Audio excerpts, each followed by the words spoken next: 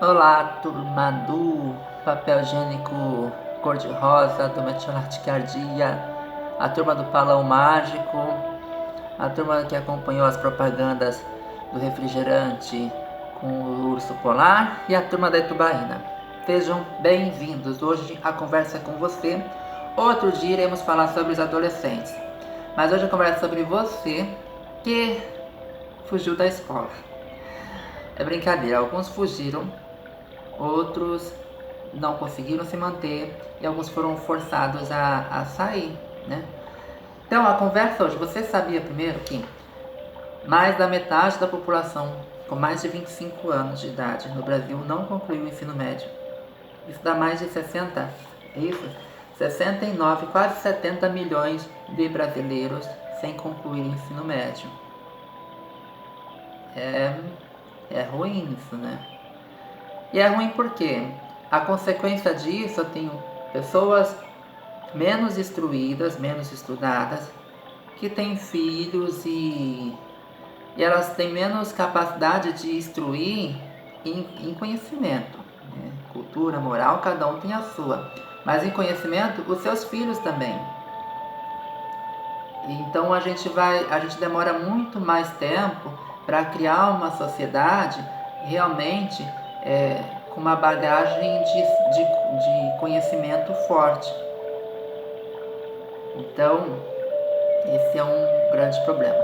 Uma parte dessa turma concluiu até a 8ª série, uma parte não concluiu e outra parte muito pequena concluiu apenas o ensino médio e parou por aí. Então, aqui que nós temos, de acordo com esse dado, ele foi divulgado em 2019 pelo IBGE. Tá? Vocês podem olhar no Instagram, tem lá o link do site para vocês acompanharem, ou no Facebook. Então, para os nascidos de 1970, segundo o INEP, a gente tinha com as turmas de 7 a 14 anos, aproximadamente 67% da população de 7 a 14 anos na escola. Em 1985, isso sobe para 81,8%. Então, as pessoas entre 50 a 37 anos, existe já automaticamente um grande volume de pessoas que ficaram sem acesso à escola. Ou por motivos de morarem longe, morarem distante da escola, ou por motivo de trabalho infantil, isso foi uma realidade e às vezes em alguns lugares, né? As dificuldades financeiras. E tem a ver aqueles também que tiveram acesso à educação, mas com uma qualidade muito inferior ao que seria necessário para garantir independência. Então, o Brasil cria uma educação, como todos os países, para atender toda a sua nação, porém uma máquina, uma estrutura muito gigante que não foi preparada, estruturada para essa grandeza toda. Nós estamos em processo de construção todos os dias e amadurecendo. A escola hoje é muito melhor do que já foi antes e a gente espera que ela vá melhorando cada vez mais. E aí, nós temos um grande problema. Então eu tenho pessoas hoje de 50 a 37 anos, além dessas de 25, que muitas delas, olhando para a cidade aqui de São Sebastião, no litoral norte, muitas delas estão alocadas em seus trabalhos. Muitas delas trabalham como garçons, como cozinheiro, como caseiro, como pedreiro. E aí entra a questão, como que eu convenço esse público a retornar para a escola? Se eles já criaram filhos, construíram casas, eles caminharam a vida. Essa divulgação nossa ultimamente tem sido, você já conquistou muita coisa na vida e agora chegou a hora de conquistar seus estudos. Porque o adulto ele já conquistou muitas coisas. Ele conquistou sua identidade, ele conquistou muitas coisas. E o que falta agora é o estudo. Talvez não mude completamente a vida da pessoa, né? Como foi fantasiado pra gente muitas vezes, que o estudo faria da nossa vida uma coisa milagrosa. Mas ele nos permite ter mais domínio sobre os nossos passos, né? Ele nos permite não sermos vítimas de qualquer lábia, de qualquer conversa. A gente saber como buscar as coisas. Então ele vai dando autonomia. O importante é adquirir autonomia. Saber se atualizar conforme o mundo se atualiza. Isso é importante. Então a conversa com você. É difícil eu falar com essas pessoas. E muitas vezes aqui, dependendo do bairro onde a pessoa trabalha, na praia, ela ganha um valor interessante sendo caseiro, ela ganha um valor interessante sendo garçom, sendo cozinheiro. Então, e os horários de trabalho dessa pessoa às vezes não bate com o horário escolar. E aí já tem um problema. Na minha ideia, usar o espaço do ensino regular para a EJA é um grande problema. Eu deveria criar anexos, criar polos de educação para adultos, para funcionar nos 3 períodos, e com uma gestão municipal da alfabetização ao ensino médio. Seria a melhor coisa. Por quê? Para cada cidade tem uma peculiaridade. No nosso caso, se o aluno estuda à noite, talvez ele não possa frequentar a escola na sexta-feira, e ele teria que, de algum modo, compensar essa sexta-feira. Porque senão, se ele tiver que escolher entre o trabalho, entre ganhar o dinheiro, entre a sobrevivência e estudar, a resposta vocês já têm aí. Aquela fala que a gente sempre vê, você tem que estudar, que vai mudar vai mudar a sua vida, que você vai ter uma vida melhor, ela é uma realidade positiva e também uma realidade negativa, uma verdade e uma inverdade ao mesmo tempo, né? Nem tudo apenas com o estudo você vai ter uma qualidade de vida de excelência.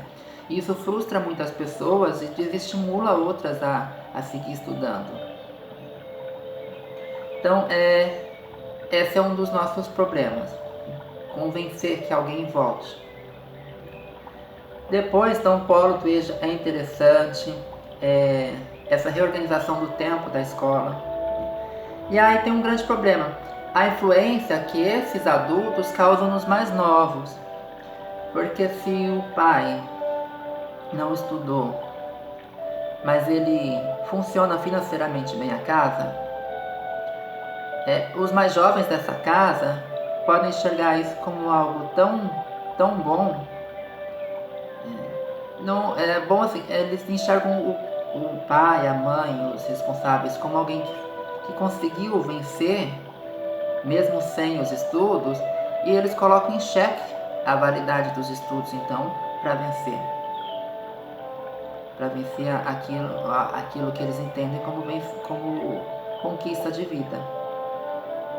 Então, se eu não tenho uma família que coloque de fato o estudo como algo minimamente importante, eu vou prejudicar já os que vêm depois. Eu posso criar mais pessoas ainda saindo da escola. Por isso que para os adolescentes a gente vai falar em outro momento. Vocês vão ver por aí. Depois eu tenho a influência dos mais velhos também.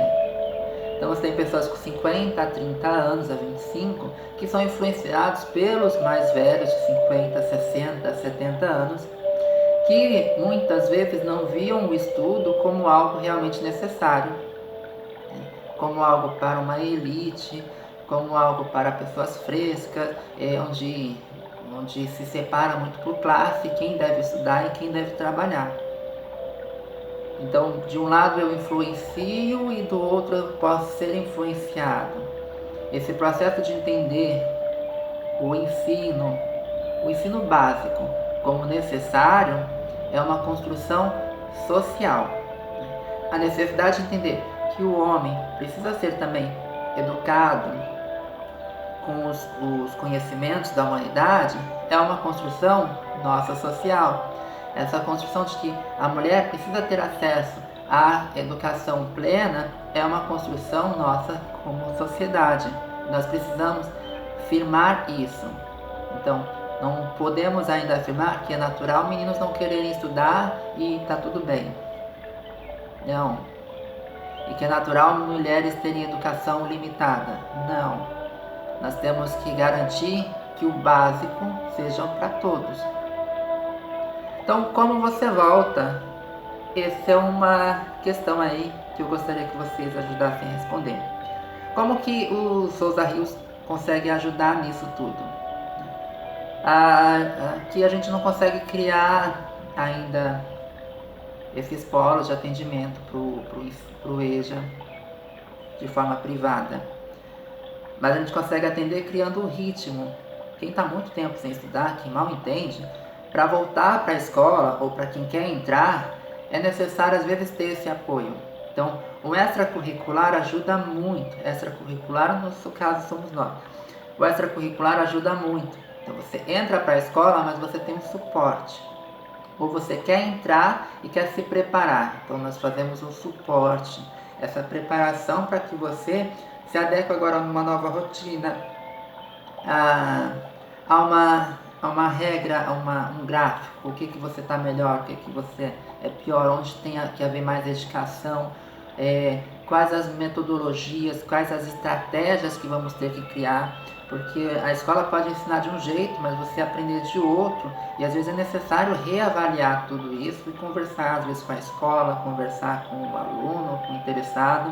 Então essa é a maneira que nós conseguimos colaborar, reorganizando essa trajetória de estudo, colocando o adulto de novo como um estudante, mas não como um estudante adolescente, como um estudante criança.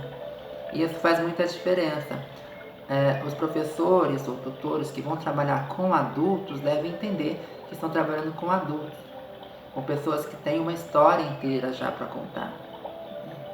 Então, não é que eu vou pegar a história de vida do cara e transformar numa aula, mas eu tenho que entender que eu estou lidando com pessoas que já têm uma vida feita e que talvez com aquele estudo ou sem, ele está tocando a vida dele.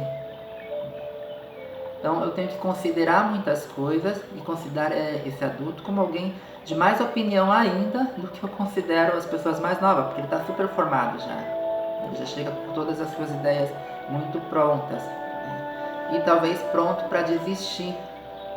Então é um estímulo constante para que essa pessoa não pare. Às vezes no meio do caminho a gente descobre transtornos de aprendizagem, então tem uma indicação, um período de aceitação da pessoa sobre isso, e é uma construção constante. Então, o que a gente vai fazer? Eu acho que diante de dados como esse, de tanta gente fora da escola, muitos com alfabetização muito problemática, é triste. É triste porque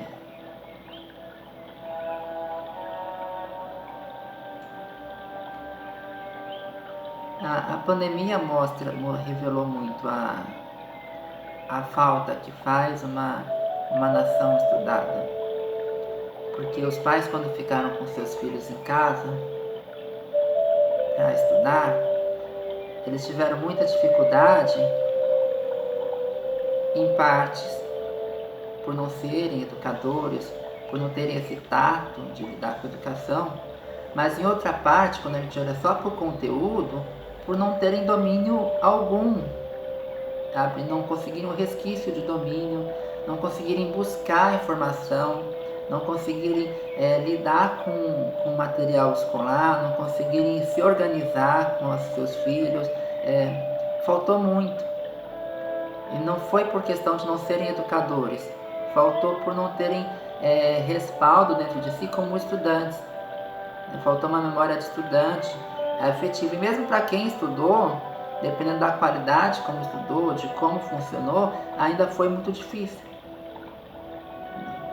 Então, a gente precisa de uma comunidade cada vez mais estudada. É quase que hoje eu estudo, então o meu filho vai ser alguém que vai ser mais incentivado porque eu estudei. O meu neto vai ser alguém mais incentivado porque meu filho estudou e o avô estudou. O bisneto vai ser alguém mais estudado porque ele tem sempre uma referência para trás de pessoas que valorizaram o estudo. Então vamos ser você hoje a pessoa que vai dar esse passo para valorizar o estudo. E pense assim, se você não quer muito estudar por você, porque você não tem saco, porque você acha que a escola já foi, que ela não vai te trazer nada de bom, pense no país que você quer deixar. Então volte a estudar hoje, comece a se sacudir para estimular as pessoas mais novas a não desistirem, sabe? Para estimular os que estão vindo a entender que o estudo é sim importante e que a gente pode ter uma nação transformada, uma nação forte através da educação.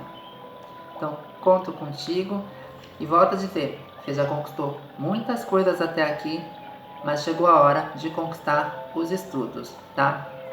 Não deixa isso parado não. Tchau, tchau.